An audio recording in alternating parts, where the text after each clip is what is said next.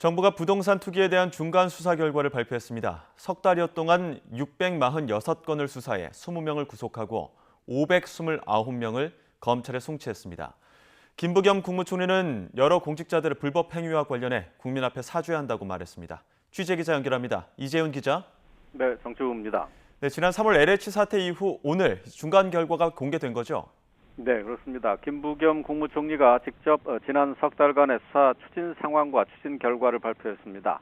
앞서 정부는 지난 3월 경찰청에 1,560명 규모의 정보합동 특별수사본부를 설치하고 부동산 시장 불법 행위 전반을 대상으로 수사를 진행해 왔습니다.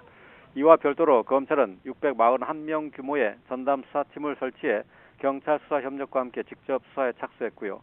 국세청은 부동산 탈세 특별조사단을, 금융위와 금감원은 부동산 투기를 위한 불법 대출 단속에 나섰습니다. 그 결과 정보합동 특별수사본부는 총 646건 2,800여 명에 대한 수사를 진행해 20명을 구속하고 529명을 검찰에 송치했습니다.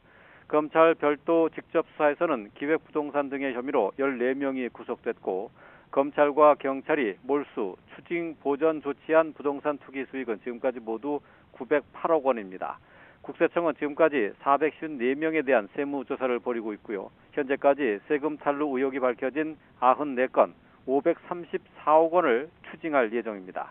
금융위와 금감원은 불법 대출이 의심되는 4개 금융회사에 대한 현장 점검을 실시해서 현재까지 67명을 수사 의뢰했습니다.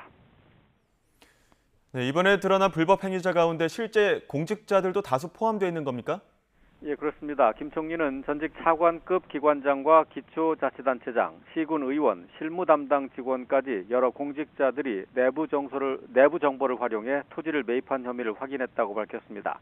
국무총리로서 이러한 공직자들의 불법 혐의에 대해 매우 부끄럽게 생각한다며 국민 앞에 머리 숙여 사죄해드린다고 덧붙였습니다.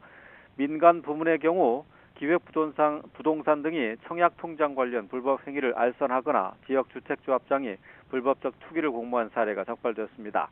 김 총리는 이번 사건을 공정과 정의의 가치를 바로 세우는 계기로 삼아 불법적 투기는 반드시 처벌받고 불법 투기 수익은 모두 몰수, 추징된다는 상식을 분명히 확립하겠다고 말했습니다.